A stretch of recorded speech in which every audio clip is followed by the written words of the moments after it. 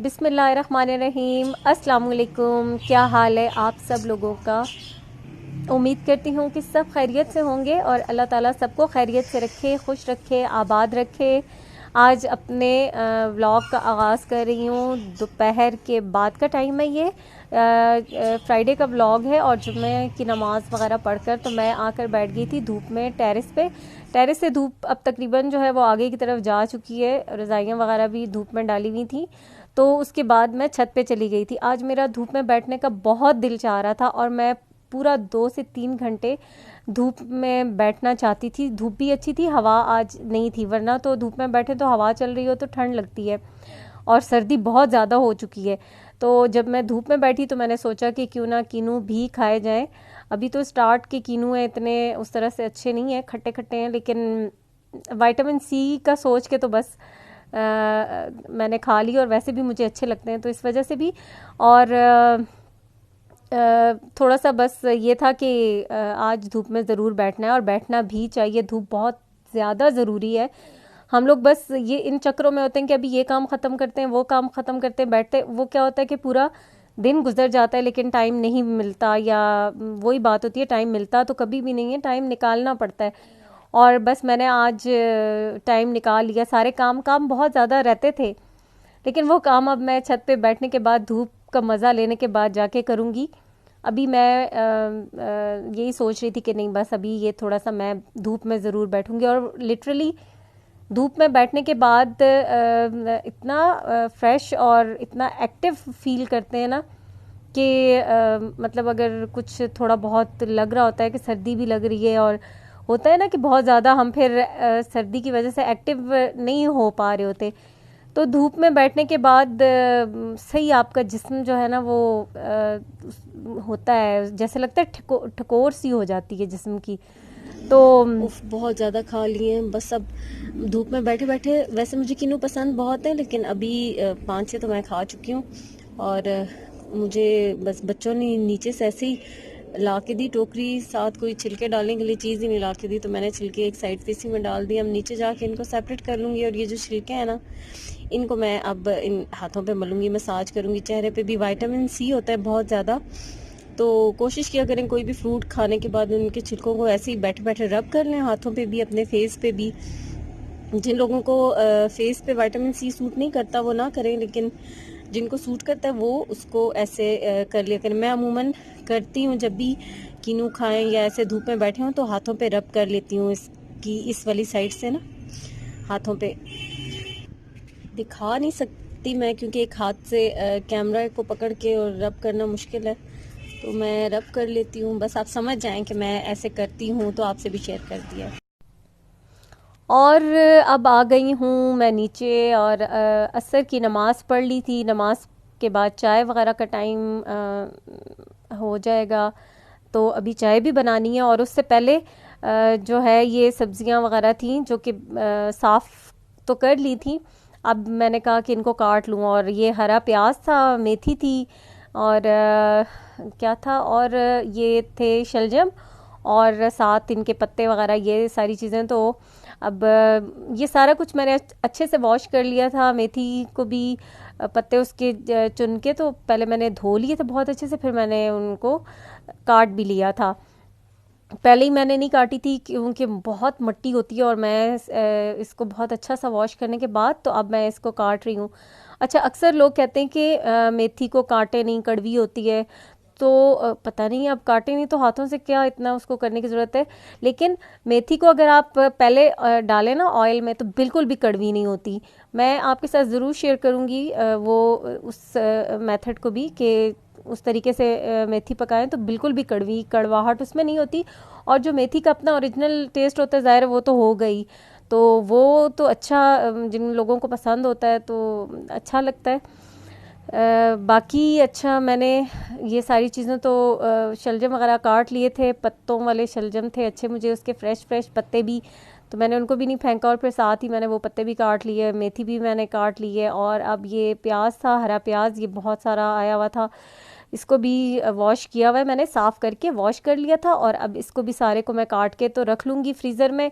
आजकल तो वैसे ही इतनी चीज़ें बनती हैं सर्दियों में, पकोड़े और इस तरह की चीज़ों में तो ज़रूरत भी होती है और डलता भी है, अच्छा लगता है इसका फ्लेवर। और अगर ये हरे प्याज को कड़ी में इस्तेमाल करें तो उसका तो बहुत ही मज़ेदार सा टेस्ट होता है। और ये मैंने काट ली थी, तो फिर मैंने सोचा कि अब काट तो ली है, इतना बड़ा काम तो हुआ हुआ है, तो क्यों ना साथ साथ पकोड़े भी बना ही लिए जाएं चाय के साथ। तो यहाँ पर मैंने ये मेथी, फ्रेश मेथी डाली थी, हरा प्याज बहुत सारा डाला था, और बस थोड़े से एक दो आलू डाल के और ये हरे भरे पकोड़े मैंने यहाँ फ्राई करने के लिए रख दिए। बहुत मज़ेदार से ताज़ा ताज़ा थी सारी चीज़ें ना, तो बड़ा मज़ा आता है। और फ्रेश बने हुए गरम गरम पकोड़े हों, मौसम ठंडा हो और चाय के साथ, तो बस ऐसे ही दिल करने लग जाता है, क्रेविंग्स ही होना शुरू हो जाती है मौसम अच्छा हो तो। और ये बड़े मज़ेदार से पकोड़े बने भी बहुत मज़े के थे। हरे प्याज के पकोड़ों का अपना एक जायका होता है, तो बड़े मज़े के लगते हैं। साथ साथ मैंने चाय भी बनने के लिए रख दी है और पकोड़े भी मेरे बन रहे हैं।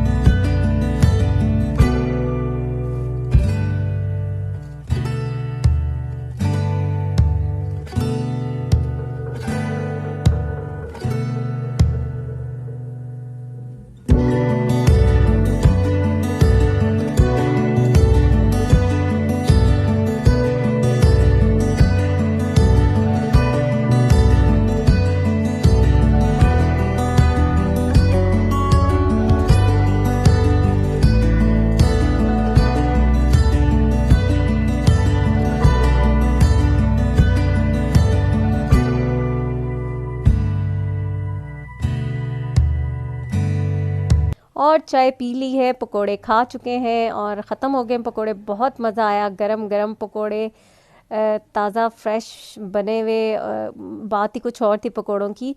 और अब जो है मगरिब के बाद मैं आ गई हूँ किचन में और अब रात के खाने की तैयारी हो रही है। अब ये वेजिटेबल्स थी तो मैंने सोचा कि ये पत्तों वाले शलजम ही बना लिए जाएं। और यहाँ पर ये सब कुछ लहसुन, अदरक और ये थोड़ा सा हरा प्याज मैंने लिया है, 2 टमाटर ले लिए थे, और ये सारी चीज़ें मैं डालकर कुकर में इकट्ठी साथ ही डालकर और रख दूँगी बस हल्की आंच पे। तो ये इतने अच्छे से गल जाएंगे और बस फिर इसको भून लूँगी। तो बड़े मज़ेदार से शलजम इस तरीके से बन जाते हैं और अच्छे भी बहुत लगते हैं, मज़े के लगते हैं।